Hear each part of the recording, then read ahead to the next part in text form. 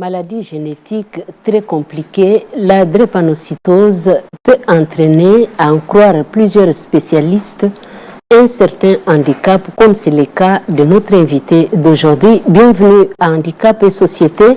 Fidèles téléspectateurs, votre émission d'orientation et d'accompagnement des personnes en situation de handicap.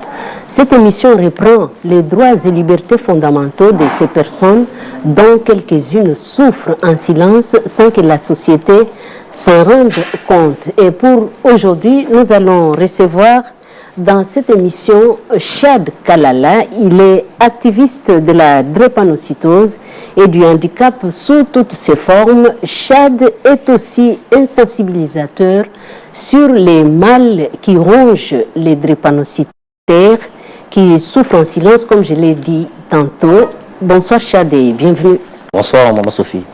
Tu vas bien? Oui, je vais très bien. Voilà, avec mon invité, nous allons devoir tourner autour de ce qui doit être fait, comme l'indique notre thématique, pour la personne drépanocytaire. Et on se demande pourquoi l'OMS, l'Organisation mondiale de la santé, a classé l'albinisme et d'autres pathologies parmi les personnes vivant avec handicap en laissant de côté la drépanocytose, qui est une maladie génétique et héréditaire très redoutable. Voilà, Chad, tu y es né avec handicap ou tu l'es devenu après? Oui, merci pour la parole, Maman Sophie. La drépanocytose est une maladie génétique héréditaire, il faut bien le préciser, parce que beaucoup de personnes ne savent pas jusqu'à aujourd'hui, en 2025, comment est-ce que, c'est quoi le mécanisme derrière une personne est drépanocytaire. Tout à fait.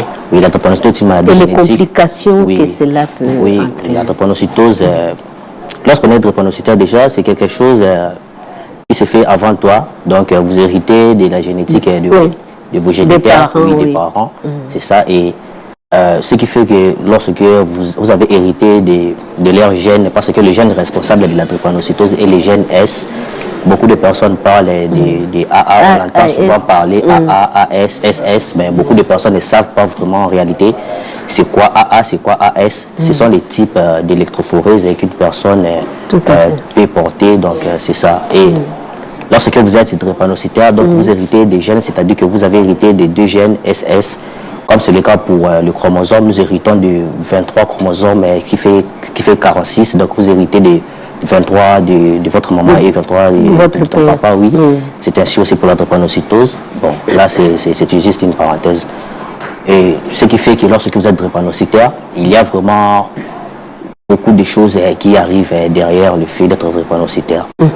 Notamment un traitement très coûteux, notamment, les complications des os. Oui, la drépanocytose a beaucoup de complications. Tout à fait.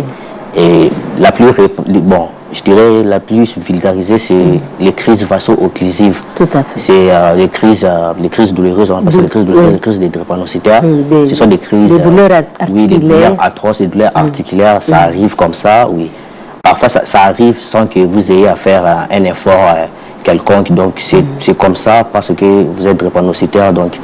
Et il y a aussi, ça demande vraiment un très bon suivi médical lorsque vous êtes drépanocytaire. Il y a des médicaments spécialisés que vous devrez prendre, mais tout ça coûte maintenant très cher. Ça coûte très cher, ce qui fait que beaucoup de drépanocytaires n'ont pas accès aux soins adéquats, aux soins adéquats concernant leur maladie.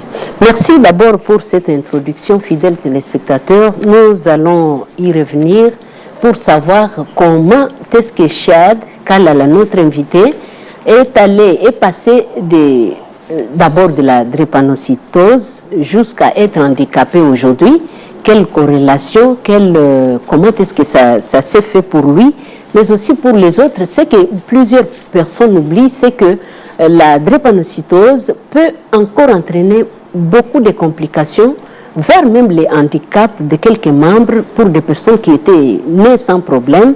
Mais c'est ce que j'ai posé d'abord comme la première question. Tu n'étais pas né avec handicap, tu l'es devenu après. Il faut signaler aussi que tu es drépanocytaire.